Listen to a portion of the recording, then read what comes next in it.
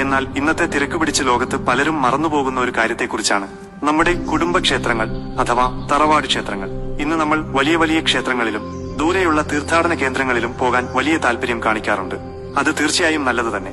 പക്ഷേ സ്വന്തം കുടുംബത്തിന്റെ ഐശ്വര്യത്തിന് കാരണമായ ആ പഴയ കാവുകളെയോ കുടുംബ പരമ്പരകളായി ആരാധിച്ചു പോന്ന ക്ഷേത്രങ്ങളെയോ നമ്മൾ വിസ്മരിക്കുകയാണോ എന്ന് സ്വയം ഒന്ന് ചിന്തിക്കേണ്ടിയിരിക്കുന്നു.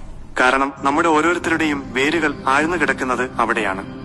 എന്തുകൊണ്ടാണ് കുടുംബക്ഷേത്രങ്ങൾ ഇത്രത്തോളം പ്രധാനമാകുന്നത് എന്ന് നിങ്ങൾ എപ്പോഴെങ്കിലും ചിന്തിച്ചിട്ടുണ്ടോ? നമ്മുടെ പൂർവികർ തലമുറകളായി പ്രാർത്ഥിച്ചു ചൈതന്യം നിലനിർത്തിയ ശക്തിയാണത്. പരമ്പരകളായി കൈമാറി വന്ന ആ ചൈതന്യം നമ്മുടെ ഓരോരുത്തരുടെയും രക്തത്തിലും ജീവിതത്തിലും ഉണ്ടെന്നാണ് വിശ്വാസം. പലപ്പോഴും ജീവിതത്തിൽ വലിയ തടസ്സങ്ങൾ ഉണ്ടാകുമ്പോൾ, എത്ര അധ്വാനിച്ചിട്ടും പ്രാർത്ഥിച്ചിട്ടും ഫലം കാണാതെ വരുമ്പോൾ നമ്മൾ പലപ്പോഴും ആകുലപ്പെടാറുണ്ട്. അങ്ങനെയുള്ള സമയങ്ങളിൽ നമ്മുടെ കുലദൈവത്തിന്റെ പ്രീതിയുണ്ടോ എന്ന് പരിശോധിക്കുന്നത് നന്നായിരിക്കും.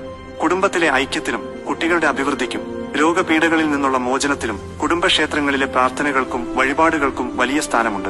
ആ ചൈതന്യത്തെ അവഗണിക്കുന്നത് നമ്മുടെ തന്നെ സംരക്ഷണ കവചത്തെ തകർക്കുന്നതിന് തുല്യമാണ്. പ്രിയപ്പെട്ട സുഹൃത്തുക്കളെ, ജോലിയും തിരക്കുകളുമൊക്കെ ഉണ്ടാകാം. എങ്കിലും വർഷത്തിലൊരിക്കലെങ്കിലും നിങ്ങളുടെ കുടുംബക്ഷേത്രങ്ങളിൽ പോകാൻ സമയം കണ്ടെത്തണം. അവിടെ വലിയ ആഘോഷങ്ങൾ നടത്താൻ സാധിച്ചില്ലെങ്കിലും അവിടുത്തെ നിത്യപൂജകൾ മുടങ്ങുന്നില്ല എന്ന് ഉറപ്പുവരുത്താൻ നമുക്ക് സാധിക്കണം. നമ്മുടെ വരും തലമുറയ്ക്ക് ഈ സംസ്കാരവും വിശ്വാസവും പകർന്നു നൽകേണ്ടത് നമ്മുടെ കടമയാണ്. ഇതൊക്കെ വെറും വിശ്വാസമല്ലേ എന്ന് തള്ളിക്കളയുന്നതിന് മുൻപ് ഒന്ന്